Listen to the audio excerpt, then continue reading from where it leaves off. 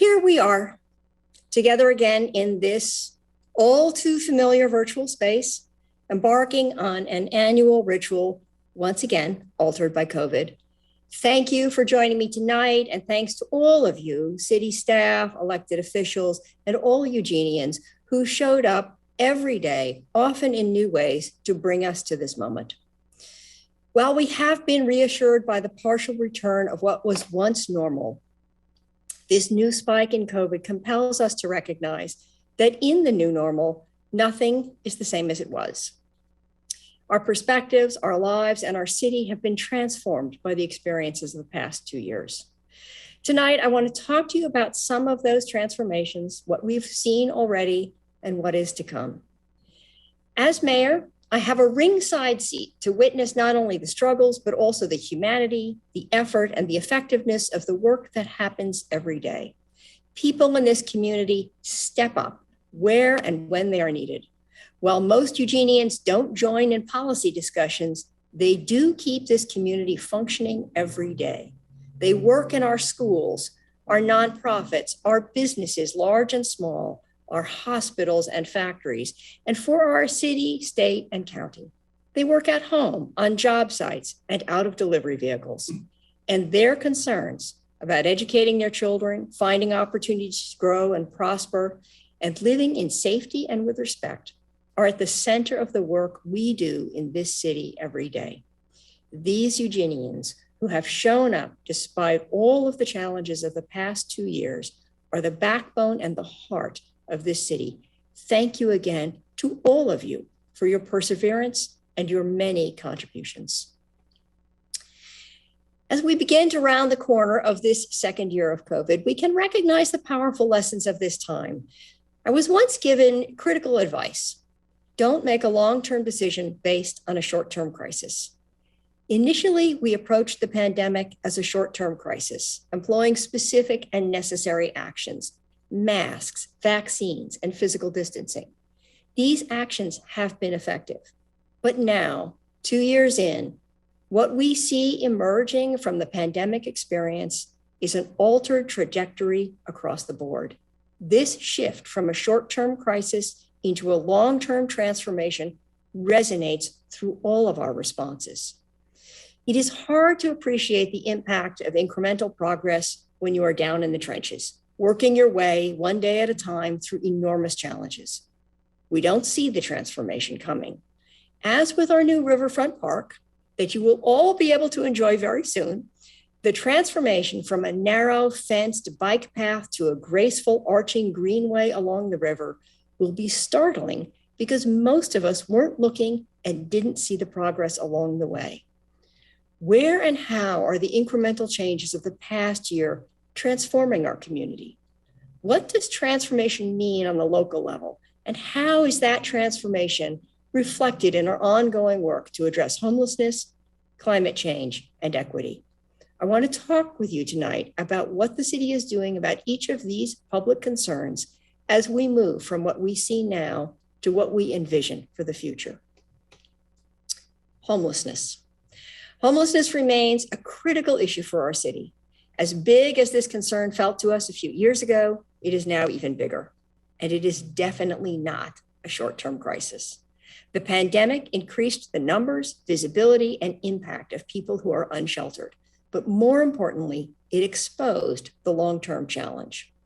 Poverty is broad and deep in this community. It is not an aberration. It is a condition of half of our population, many of whom have either fallen into or are at risk of homelessness. The impact of homelessness is compounded by a serious meth epidemic and untreated mental illness that afflict many of the unsheltered people in our community who need long-term interventions. We see the terrible impacts on people who are unhoused, and we also see the troubling impacts on our business community, our downtown, our parks, and our sense of personal safety. The city has been bold, brave, and determined in implementing immediate solutions, most notably the creation of the safe sleeping sites. I liken the city to an emergency room. We respond to the homelessness emergency that is in our midst. But the long-term solution does not rest in sleep sites, in the emergency response. It rests in a much larger hospital of services that support recovery. In this light, our work is just beginning. We began with 10 recommendations adopted by Council in 2019 that aim to provide more beds, better outreach, more accurate data collection, and greater success in helping people move into stable lives. While the number of unsheltered people is now much greater than our data suggested a few years ago, the recommendations are still sound. The city's emergency response continues to build safer places for people to rest. And the people who take advantage of our rest stops, microsites, and safe sleeping areas are transforming their lives. Take, for example, Samuel, who moved into a rest stop managed by community-supported shelters after 10 years of living on the streets. His untreated bipolar disorder made it hard to hold down a job and pay his rent. The rest stop offered stability and gave him an address that in turn enabled him to collect 2 years of back disability payments and obtain his birth certificate and an Oregon ID. He is now looking for housing and looking forward to returning to college at LCC. People who are impoverished and troubled need the stability of a safe place to sleep, hope, and encouragement to begin their recovery. I am committed to 3 actions in the coming year. First, to continue to support and advocate for our critical nonprofit providers, like community-supported shelters, to enable them to pay adequate wages and train and supervise their teams. The city does not provide these direct services to assist people on our streets, but we can help make sure that our nonprofit community is able to invest in the people with the skills and expertise to assist our unsheltered folks in transitioning from streets to stable housing and thriving lives. Secondly, I will continue to push hard for greater investment in mental health. The city relies on our partners, including the state of Oregon, Lane County, and nonprofits like Cahoots and Whitebird, for this essential component of recovery. As part of our long-term response to homelessness, we joined with Lane County to invest in a permanent shelter, provide navigation services, and improve outreach to serve people where they are. Mental health is often connected to substance abuse. Addiction to meth, in particular, prevents people from stabilizing their lives and precipitates behavior that negatively impacts the safety and quality of life in some of our neighborhoods. In the past year, aggressive behavior by some people living in vehicles, particularly in West Eugene, have frightened and angered neighborhood businesses and residents. As my third commitment, I will make sure that we do not ignore these public safety impacts.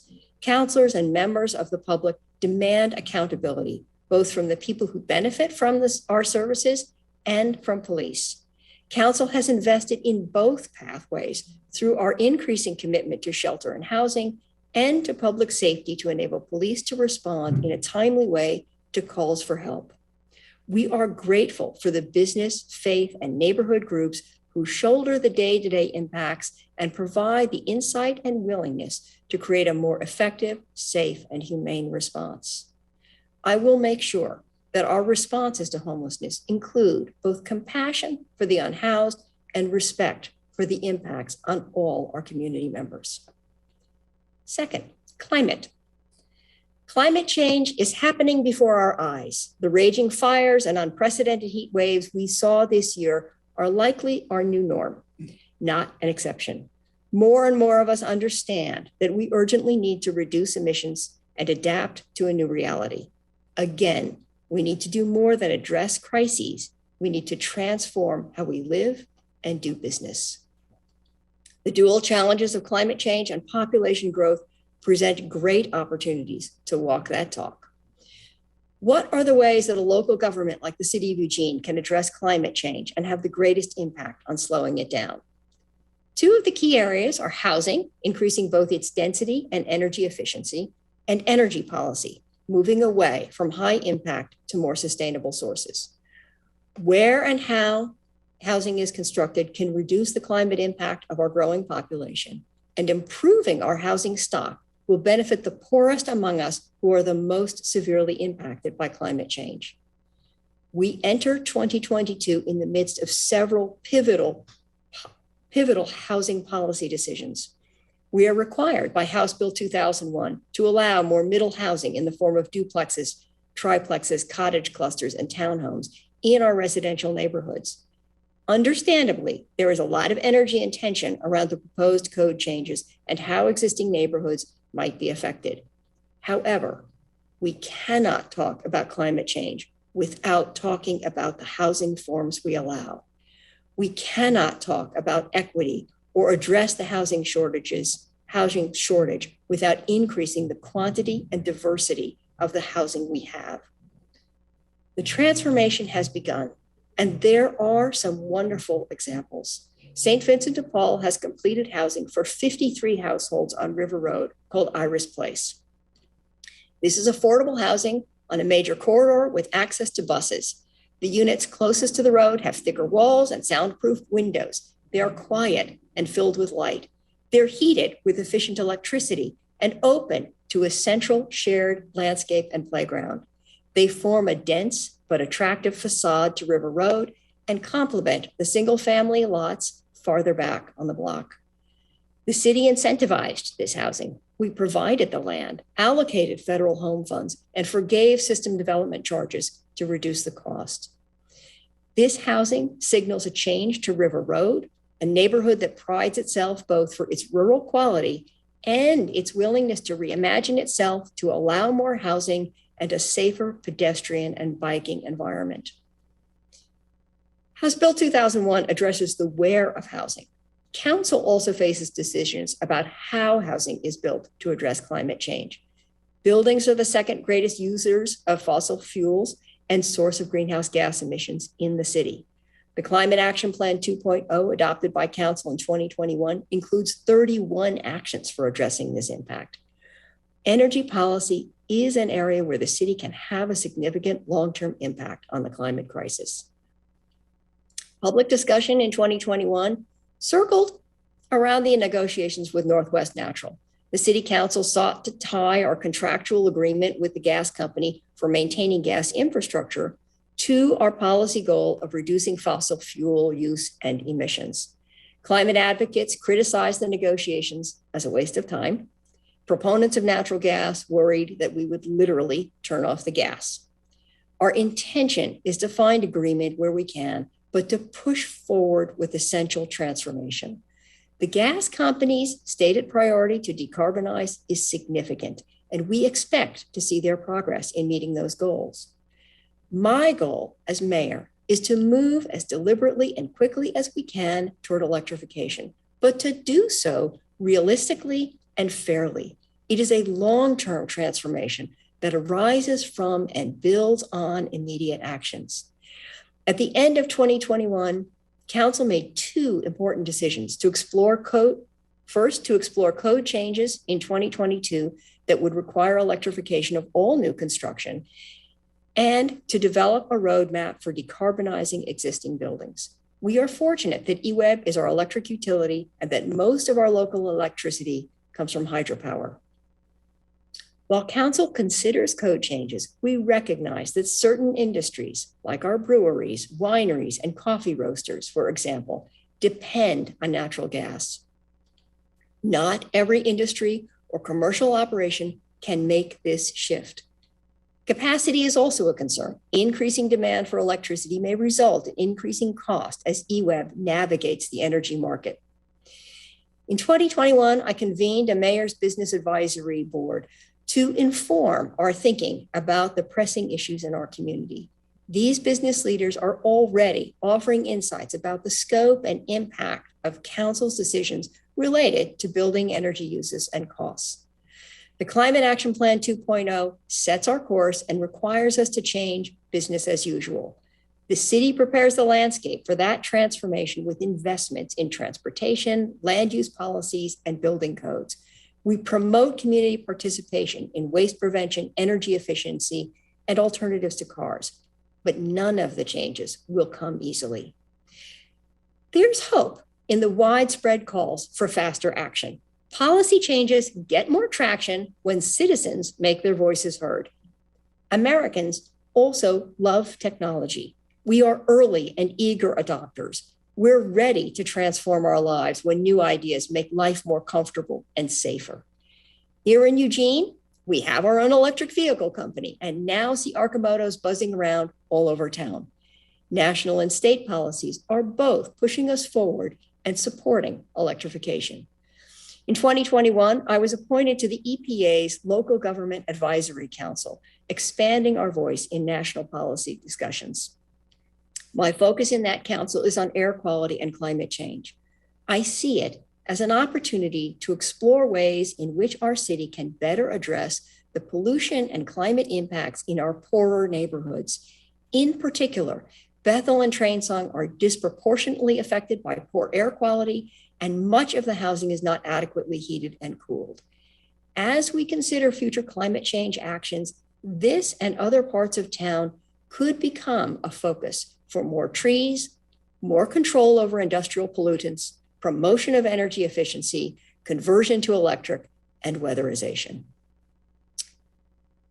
And that brings me to my third area, equity. Equity and racial justice. Everyone does not feel safe in this community. That message came through loud and clear in 2020 and in the discussions and final report of the Ad Hoc Committee on Police Policies in 2021. This past year recorded an increase in hate and bias crimes, particularly directed at Black and Asian Americans.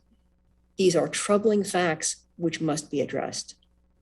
Community surveys and public testimony have stressed the need for alternatives to armed police officers to avoid triggering trauma among fragile members of our community.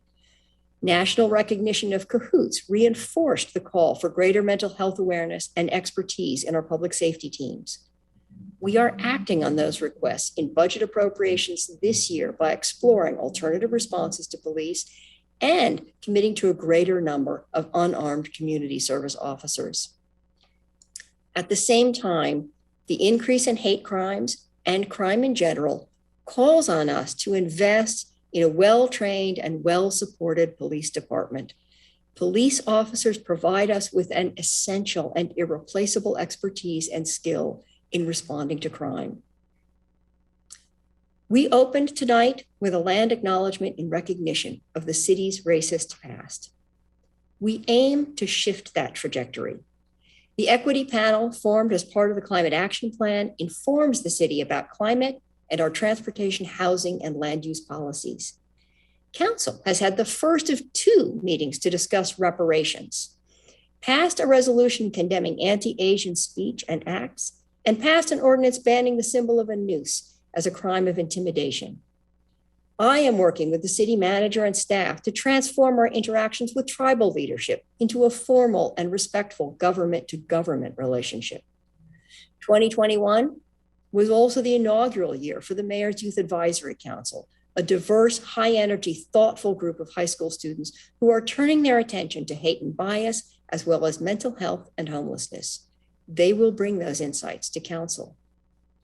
Although the acronym BIPOC has come to be a shorthand for acknowledging the communities that experience inequity in Eugene and elsewhere, the specific stories of Black American descendants of slavery, Indigenous people who were dispossessed of their land in North America, and immigrants from all parts of the world represented as people of color, each have unique and distinctive stories and losses. Shifting from erasure to truth-telling must respond to all of those different narratives and communities. In the words of Nobel Peace Prize nominee Sheila Watt-Cloutier, who spoke at the University of Oregon last spring, things will change at the speed of empathy and trust. Getting there requires us to understand and accept our past. I asked for Michael Malloy to perform tonight because his performance and his life in our community show us the way. Through art, music, spoken word, and dance, we see each other through new eyes. This year, we'll bring the world to Eugene to attend the Oregon 22 World Athletics Championship in July. Our new Riverfront Park will host the Free Fan Festival during the 10-day event at Hayward Field. It will be our time at last to demonstrate to the world our capacity for facing the transformative challenges of our era, to model solutions to homelessness, to lead in responding to climate change, and to honor and celebrate the many communities within our community. As we move into 2022, we are not just recovering from a series of crises. Our city is using the tools available to us to find pathways, perspectives, and ideas that will transform us. It's essential, but not enough, to shelter people from the cold. We must envision and work towards a city where everyone has and can afford a safe place to live. It's essential, but not nearly enough, to cut back our carbon emissions. We must forge a world in which humanity is truly carbon neutral and sustainable on our one and only planet. And it's essential, but not enough, to make sure Black and Brown people are safe on our streets. We must build a community and a world in which diversity is our most valued characteristic. This is never easy, because we are a large and complex society that adapts and changes in small steps. We can be slow to find common ground. Transformation is incremental and hard to see. We will get there only by continuing to work together with urgency, compassion, and wisdom at the speed of empathy and trust. I look forward to continuing on this path with all of you.